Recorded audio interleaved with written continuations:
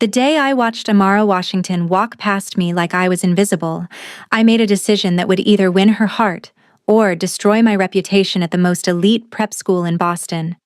But 6 weeks later, when I found the racist note someone had been leaving in her locker, I realized winning her over was nothing compared to the war I was about to start. What I didn't expect was that going to war for her would reveal a secret about my own family that made me question everything I thought I knew about loyalty, love, and what it actually costs to stand up for someone when the entire world expects you to sit down. Before we continue with how I went from invisible to her protector, make sure you're subscribed and hit that notification bell. Trust me, you won't want to miss how this unfolds. Let me back up 6 weeks, to the day I transferred to Eastwood International Prep with the kind of reputation that usually opened doors before I even knocked. My family owned half the commercial real estate in Boston. My face had been in Society magazines since I was 12. Within a week, I'd been offered positions on 3 sports teams, invited to exclusive parties, and had my phone filled with numbers I never asked for.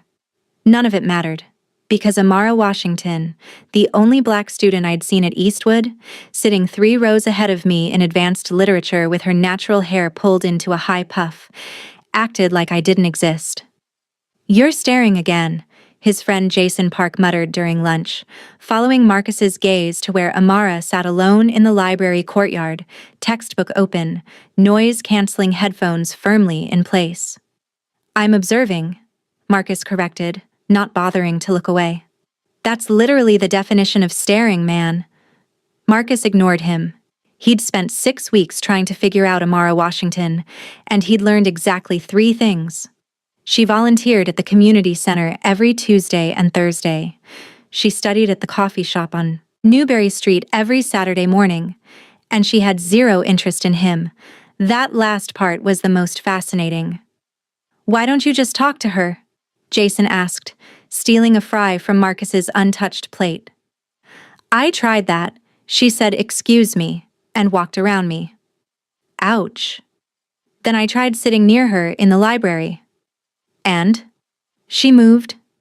Jason laughed. "Maybe she's just not interested, dude. There are literally 50 girls who would—" "I don't want 50 girls." Marcus's voice was quiet but firm. "I want to know why she looks at everyone else like we're all performing in some play she didn't audition for." The truth was, Marcus had been performing his entire life. Perfect son, perfect student, perfect heir to the Chen fortune. Everything calculated, everything measured, everything designed to meet expectations he'd stopped questioning years ago. Amara didn't perform. She just existed, completely comfortable in her own skin, completely uninterested in the social theater. That consumed Eastwood Prep. It was the most attractive thing Marcus had ever seen. The breakthrough came on a Wednesday afternoon, completely by accident. Marcus had stayed late working on student council business. He'd been elected president within 3 weeks of transferring, because of course he had, when he heard music coming from the art room. Not the classical pieces that usually echoed through Eastwood's hallways, but something with soul, with depth, with feeling. He found Amara inside, painting. She'd transformed the entire canvas into a vibrant explosion of color and movement. Abstract figures that somehow conveyed more emotion than any realistic portrait could. She painted like she did everything else, completely absorbed, completely present, completely herself. Marcus stood in the doorway for a full minute before she noticed him. When she did, her hand froze mid-stroke. "The building's closing soon." "I know. I was finishing council work." He gestured to the painting. "That's incredible." Amara's expression didn't change. "Thanks." She turned back to her work, a clear dismissal. Marcus should have left, should have respected the boundary she was obviously setting, should have added this to his list of failed attempts and moved on. Instead, he stepped into the room. "Why do you do that?" The question came out before he could stop it. "Do what?" Amara's voice was carefully neutral, her attention still on the canvas. "Act like I'm trying to sell you something. Like every conversation is a transaction you want no part of. Finally, she looked at him. Really looked at him. Her dark eyes were sharp, assessing, and completely unimpressed. Because boys like you treat girls like acquisitions, she said simply. You see something you want, you pursue it until you get it. And then you move on to the next shiny thing. I'm not interested in being collected. The honesty of it hit Marcus like a physical blow. That's not... He stopped, because wasn't that exactly what his friends did? Wasn't that the pattern he'd witnessed his entire life? You're right. Amara blinked, clearly not expecting agreement. I mean, you're right about most guys. Probably right to be cautious. Marcus moved closer, keeping his voice steady. But you're wrong about me. Or at least, wrong about my intentions with you. Really? Her tone was flat, skeptical. And what are your intentions, Marcus Chen? Hearing his name from her lips sent an unexpected jolt through his chest. I want to know you, he said simply. Not collect you, not conquer you, not whatever else you're thinking. I want to know why you paint instead of going to parties. I want to know what you're always reading that's so much more interesting than everything else. I want to know why you're at this school when you clearly think we're all ridiculous. You are all ridiculous, Amara said, but there was the tiniest hint of amusement in her voice. See? That's what I mean. Marcus couldn't help but smile. You're honest. Everyone else here is so busy managing their image, they forget to be real. You don't do that. Amara set down her brush, crossing her arms. You don't know anything about me. I know you volunteer at the Roxbury Community Center twice a week. I know you're reading Toni Morrison in class when you're supposed to be reading Fitzgerald. I know you take your coffee black with 1 sugar every Saturday morning at that place on Newbury Street. Her eyes widened slightly. Have you been stalking me? Observing, Marcus corrected, echoing his earlier conversation with Jason. There's a difference. That's literally the definition of stalking. That's what Jason said about staring. Despite herself, Amara laughed. It was quick, surprised, genuine, and Marcus felt like he'd won something more valuable than any election or award. You're persistent, she said. You say that like it's a bad thing. It usually is. Persistent. Guys are usually just entitled guys who don't hear no. Then tell me no. Marcus held her gaze. If you're genuinely not interested, tell me directly, and I promise I'll leave you alone. But if you're just protecting yourself from getting hurt, or from dealing with drama, or from whatever else you're worried about, then give me a chance to prove I'm different. Amara studied him for a long moment. Marcus could see the debate happening behind her eyes, could see her weighing risk against possibility. 1 coffee, she finally said, this Saturday. You show up late, you play games, you try to turn it into something it's not. We're done. Deal. Marcus's heart was racing, but he kept his voice calm. 9 a.m.? 9:30. I like to sleep in on weekends. 9:30, Marcus agreed. I'll be there at 9:20. You'll be there at 9:30, Amara corrected, picking up her brush again. I meant what I said about games. Marcus nodded, backing toward the door before he could say something to ruin this. 9:30, not a second earlier. As he left, he heard her voice call out behind him. Marcus? He turned back. Don't wear the designer everything, it's intimidating. And not in the way you think. He grinned. Noted. Saturday morning, Marcus showed up at exactly 9:30 wearing his oldest jeans and a plain black t-shirt. Amara was already there, tucked into a corner booth with a book. When she looked up and saw him, something shifted in her expression. Not quite approval, but close. You listened, she said as he slid into the seat across from her. You gave me advice. Would be stupid to ignore it. Most guys would have, then claimed they forgot or didn't think it mattered. I'm not most guys. You keep saying that, haven't proven it yet. Marcus ordered coffee, black with 1 sugar, matching hers, and for a moment, they just sat in comfortable silence. Around them, the cafe buzzed with weekend energy, but their corner felt separate, insulated. So, Amara said eventually, closing her book. Marcus Chen, student council president, basketball star, society page fixture. What do you actually want from life? The question caught him off guard, not because it was difficult, but because no one had ever asked him that before. Everyone just assumed they knew. I don't know, he admitted. Is that pathetic? It's honest. Amara sipped her coffee. Better than pretending you have it all figured out. What about you? Med school. Probably Columbia or NYU. I want to be a surgeon. Specifically, I want to work with underserved communities. She said it with absolute certainty. No hesitation, no doubt. That's incredible, Marcus said, and meant it. It's practical. I'm good at science. I want to help people. It makes sense. It's more than practical. It's purposeful. He leaned forward. When did you know? Amara's expression softened slightly. My dad's military. We moved around a lot when I was younger. I saw how healthcare access changes depending on where you are, who you are. Saw people suffer because they couldn't afford treatment, or didn't have transportation, or didn't trust the system. She shrugged. Figured I could help change that. Your dad's military? That must have been hard, moving all the time. It was what it was. You adapt. But Marcus could hear the weight behind those words, could see the cost of all that adapting in the set of her shoulders. They talked for 3 hours. Marcus learned about Amara's childhood moving from base to base, about being the only black girl in predominantly white schools, about her mother who worked as a teacher, and her younger brother who wanted to be an engineer. He learned about her love for painting as escape, about books as refuge, about the loneliness of always being different.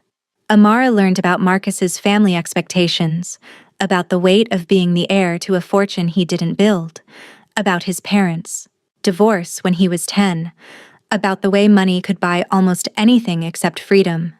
She learned about his love for architecture, about dreams of designing buildings that weren't just functional but meaningful, about the guilt of having everything when others had nothing. That's why you volunteer, Amara said suddenly, at the community center. You're trying to balance the scales. Marcus nodded slowly. My family takes so much. I wanted to give something back, even if it's just time. That's actually admirable. You sound surprised. I am, Amara admitted. Rich kids don't usually think that way. Maybe you've been meeting the wrong rich kids. She smiled, a real smile this time, warm and genuine. Maybe I have. When they finally left the cafe, Marcus walked her to the tea station. At the entrance, Amara turned to him. This was nice, she said carefully. Nice enough for a repeat? She considered. Maybe, if you continue not being terrible. High praise. Don't get cocky, Chen. You're on probation. But she was smiling when she said it, and Marcus felt something settle in his chest, something that felt suspiciously like hope. The next 3 weeks changed everything. Coffee on Saturday mornings became their routine, then study sessions in the library, then volunteering together at the community center, where Marcus discovered Amara tutored kids in math and science with infinite patience. At school, people noticed. Marcus Chen and Amara Washington? He heard someone whisper in the hallway. That's random. She's really pretty, though. I heard his parents are going to freak. You know how those old money families are about. The sentence trailed off, but Marcus knew how it ended. His jaw tightened, but Amara's hand on his arm stopped him from turning around. Not worth it, she murmured. Trust me. But it bothered him. Bothered him that people talked. Bothered him that Amara expected it, was so used to it that she didn't even flinch. Does that happen a lot? He asked later, when they were alone. More than you'd think. Less than it used to. Amara's voice was matter of fact. People see interracial couples. They have opinions. Add in your family's status. My being the only black student here. It's basically gossip gold. It's nobody's business. No, but it'll be everyone's interest anyway. She looked at him seriously. Marcus, I need you to understand something. If we do this, if we actually try, it's going to get complicated. People will talk. Some will be cruel. Your family might have issues. Are you ready for that? Marcus didn't hesitate. I'm ready for you. Everything else is just noise. You say that now. I'll say it every day if you need me to. He took her hand, threading their fingers together. Amara, I've spent my whole life doing what's expected. Dating who's appropriate, following the path everyone laid out. I'm tired of it. You make me feel like I can breathe. Amara's eyes searched his face. Whatever she saw there must have satisfied her, because she squeezed his hand. Okay, she whispered. Let's try. Their first kiss happened 2 days later, in the art room where they'd had their first real conversation. Amara had been showing Marcus her latest painting, something abstract and beautiful that he didn't fully understand but loved anyway, when he'd simply leaned in. She'd frozen for half a second, then kissed him back. It was soft and tentative and perfect. Been wanting to do that for weeks, Marcus admitted when they broke apart. I know. You're not subtle. Should I apologize? Don't you dare. They smiled at each other, and Marcus felt something slot into place in his chest. Something that felt like coming home. The trouble started 3 weeks into their relationship. Marcus first noticed the change when Amara stopped meeting his eyes in the hallway. When she started making excuses to cut their coffee dates short. When she flinched every time someone looked at them too long. What's wrong? He finally asked, cornering her after class. Nothing. Don't do that. Don't shut me out. Amara glanced around the emptying hallway, then pulled him into an empty classroom. Someone's been leaving notes in my locker. Marcus's blood ran cold. What kind of notes? The kind that suggest I should know my place and stop climbing where I don't belong. Her voice was steady, but Marcus could see the hurt beneath it. The kind that use words I'm not going to repeat. Rage flooded through Marcus, hot and immediate. Who? I don't know. They're not signed. Show me. Amara hesitated, then pulled several crumpled papers from her bag. Marcus read them, each word making his fury burn hotter. They were vile, racist, cruel, designed to hurt and intimidate. How long has this been happening? 2 weeks. 2 weeks. Amara, why didn't you tell me? Because I knew you'd react like this. She gestured, at his clenched fists, his rigid posture. Marcus, I've dealt with this my whole life. I don't need a savior. I'm not trying to save you. I'm trying to support you. There's a difference. Is there? Her voice rose slightly. Because from where I'm standing, you look like every other guy who thinks his girlfriend needs protection and defense instead of partnership and respect. The word girlfriend sent a thrill through Marcus despite the situation, but he forced himself to focus. You're right, he said, deliberately unclenching his fists. I'm sorry. Tell me what you need. Amara blinked, clearly surprised by the quick agreement. I need you to not make this a thing. Don't start some crusade. Don't try to figure out who it is. It'll only make it worse. Amara, promise me, Marcus. He wanted to argue, wanted to use every resource at his disposal to find whoever was doing this and make them pay. But Amara was looking at him with such intensity, such need that he couldn't refuse. I promise, he said reluctantly, but if it escalates, we'll deal with it together. Okay? Together, Marcus agreed. He kept his promise for exactly 4 days. Then he found Amara in the bathroom, crying over a note that had been slipped into her backpack during lunch. That's when Marcus stopped caring about promises. Marcus called an emergency student council meeting that afternoon. We have a serious problem, he announced to the assembled officers. Someone is targeting a student with racist harassment, notes, threats, intimidation. It stops now. His vice president, Sarah Chen, no relation, leaned forward. Do we know who? Not yet. But we're going to find out. Marcus pulled out his phone, texting his friend David Park.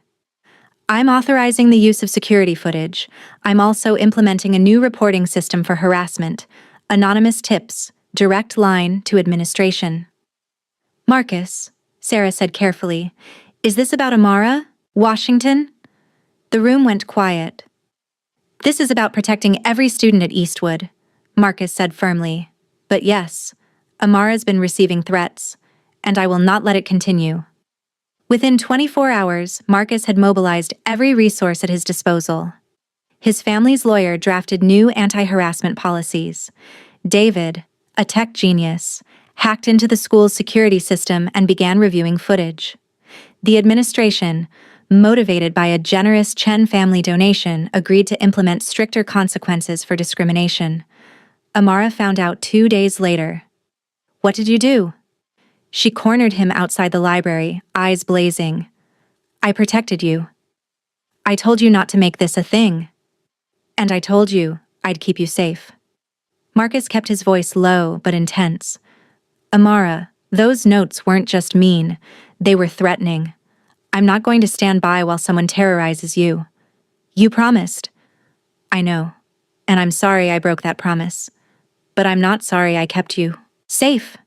Amara stared at him, emotions warring across her face, anger, frustration, and underneath it all, something that looked suspiciously like relief. You're infuriating, she finally said. I know. And overbearing. Also true. And you completely steamrolled my wishes. Yes. But... She exhaled slowly. Thank you. I hate that I need to say it, but thank you. Marcus reached for her hand. You don't need me to protect you, but you have me anyway. That's what this is. What is this exactly? Amara's voice was quieter now, vulnerable. This is me falling completely in love with you, Marcus said simply.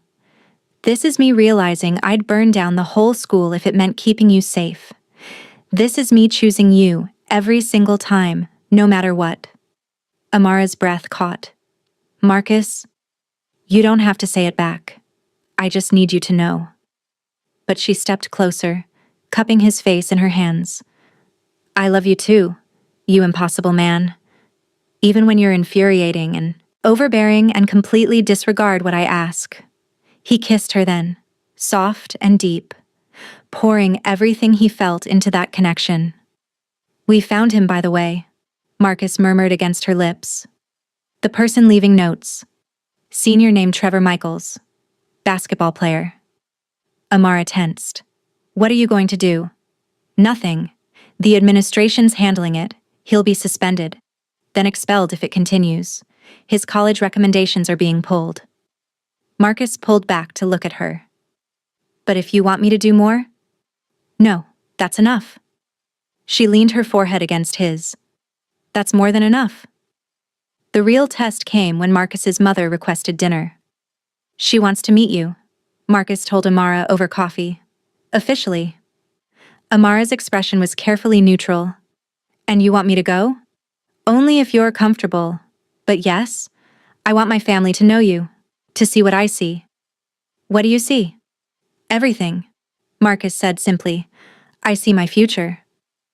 The dinner was at the Chen family estate in Brookline, a sprawling mansion that made Amara visibly uncomfortable. Marcus held her hand as they walked to the door, squeezing gently. Just be yourself, he whispered. That's all I need. His mother, Eleanor Chen, greeted them with a polite smile that didn't quite reach her eyes. She was elegant, poised, and clearly evaluating every detail of Amara's appearance. Miss Washington, how lovely to meet you. Mrs. Chen, thank you for inviting me. Dinner was excruciating. Eleanor asked pointed questions about Amara's family background, her academic achievements, her plans for the future. Every question felt like a test, every answer scrutinized for worthiness. Your father is military? Eleanor said, sipping her wine. What rank? Colonel. He is currently stationed at Fort Bragg. I see. And your mother? She teaches at a public elementary school in Roxbury. Eleanor's expression flickered, something between surprise and disapproval. How civic-minded. Marcus's jaw tightened, but Amara squeezed his knee under the table. A silent message. I've got this. My mother believes education is the foundation of opportunity, Amara said smoothly. She's dedicated her life to ensuring children have access to quality learning, regardless of their circumstances. I'm incredibly proud of her work. Of course. Eleanor dabbed her mouth with her napkin. And you're interested in medicine? Yes, ma'am. I'm planning to study pre-med at Columbia, then attend medical school. My goal is to become a surgeon working with underserved communities. Ambitious. Eleanor's tone suggested this might not be a compliment. Marcus mentioned you volunteer together? At the Roxbury Community Center. We tutor students and help with after-school programs. Eleanor turned to Marcus. I wasn't aware you'd taken such an interest in community service. Amara inspired me, Marcus said firmly. She's taught me more about purpose and giving back than anyone else in my life. The statement hung in the air, an implicit criticism that Eleanor clearly caught. After dinner, as Marcus walked Amara to her car, she was quiet. Your mother hates me, she finally said. She doesn't know you yet. She will. Marcus, be realistic. I'm not what she wants for you. Not the right background, not the right connections, not the right color? Marcus finished bluntly. I know, and I don't care. But she does. Then she'll have to get used to disappointment. He pulled Amara close. I meant what I said in there. You've changed my life. You've made me want to be better, do better, mean something beyond just carrying on the family name. My mother will come around, or she won't. Either way, I'm choosing you. Amara's eyes glistened. You can't just cut off your family for me. I'm not cutting anyone off. I'm setting boundaries. There's a difference. He kissed her forehead. I love you, Amara Washington. That's not changing. The harassment stopped after Trevor's expulsion, but the damage lingered. Amara became more withdrawn, more cautious.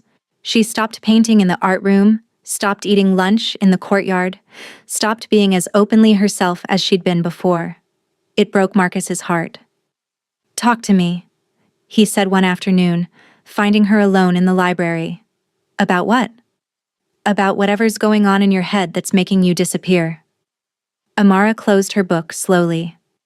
I'm tired, Marcus. Tired of being watched. Tired of being judged. Tired of feeling like I have to prove I belong here, that I deserve you, that I'm good enough for all of this. You are good enough. You're better than all of us combined. That's not how the world sees it. Then the world is wrong. She smiled sadly. You make it sound so simple. It is simple. I love you. You love me. Everything else is just noise we can tune out. But I can't tune it out. Her voice rose, frustration finally breaking through. Every day, someone's staring. Every day I hear whispers. Every day, I wonder when the next threat will come. Who'll decide I'm stepping too far above my station? What new way someone will find to remind me I'm different?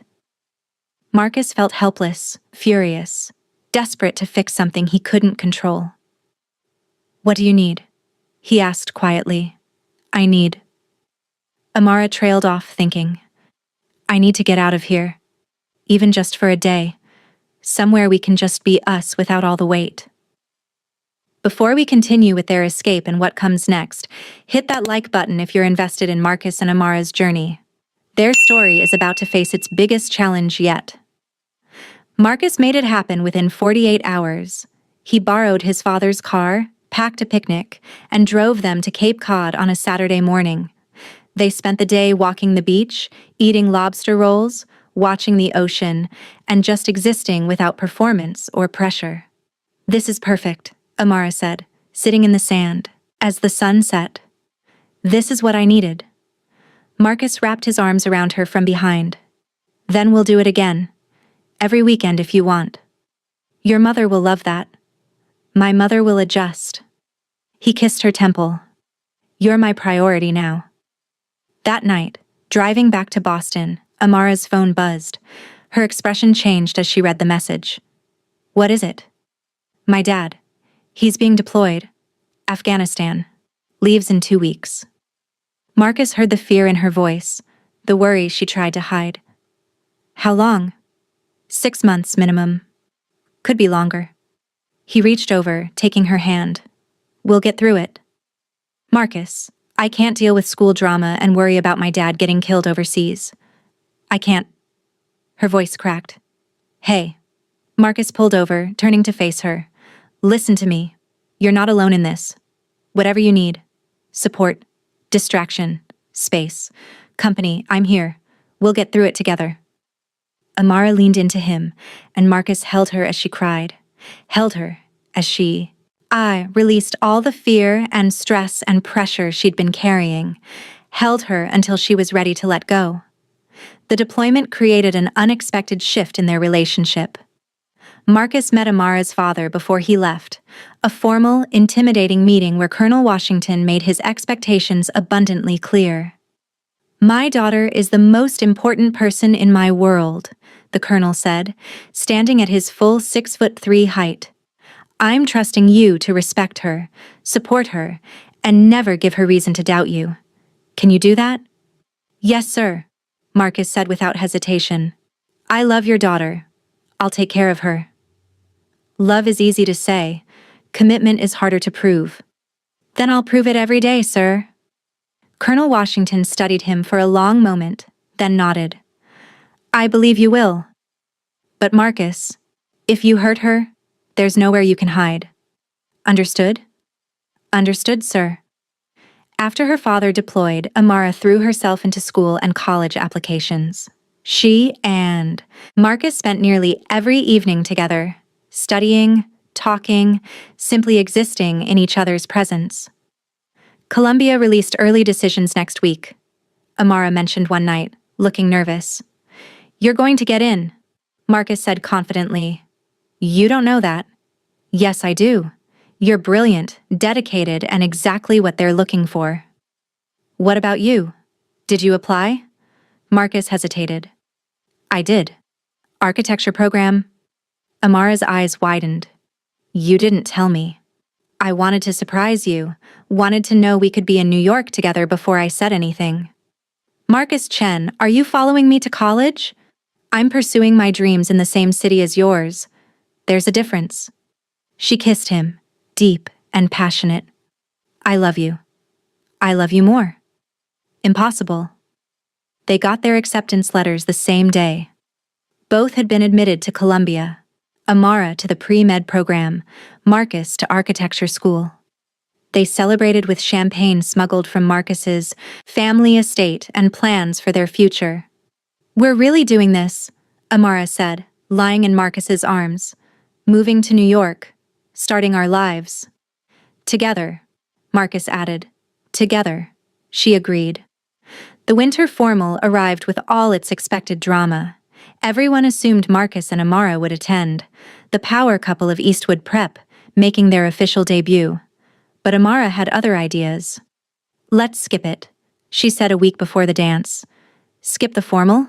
Everyone's expecting us. Exactly. Let them expect. I'd rather spend the evening with just you. No performance, no cameras, no judgment. Just us. Marcus didn't need convincing. The night of the formal, while their classmates danced in the hotel ballroom, Marcus and Amara had dinner at a quiet Italian restaurant in the North End. They talked about their futures, their fears, their dreams for New York. I'm scared, Amara admitted over tiramisu. Scared of leaving my mom and brother, scared of being so far from my dad, while he's deployed. Scared of failing at Columbia. You won't fail, you're incapable of failing. Everyone's capable of failing, Marcus. Then we'll fail together. He reached across the table, taking her hand. Amara, I need you to understand something. Whatever happens in New York, whatever challenges we face, I'm committed. To you, to us, to building something real. You sound so certain. Because I am. I've never been more certain of anything in my life. She smiled, squeezing his hand. What did I do to deserve you? You were yourself. That's all you ever had to do. They spent the rest of the evening walking through Boston Common, bundled in winter coats, talking and laughing and planning. It was perfect in its simplicity, meaningful in its intimacy. This is better than any dance, Amara said, leaning against Marcus as they watched the city lights. This is everything, Marcus agreed. If you loved Marcus and Amara's journey from that first ignored encounter to building their family, make sure you're subscribed for more stories of love that conquers all. Drop a comment telling us your favorite moment. Was it their first kiss in the art room? Let us know, and we'll see you in the next story.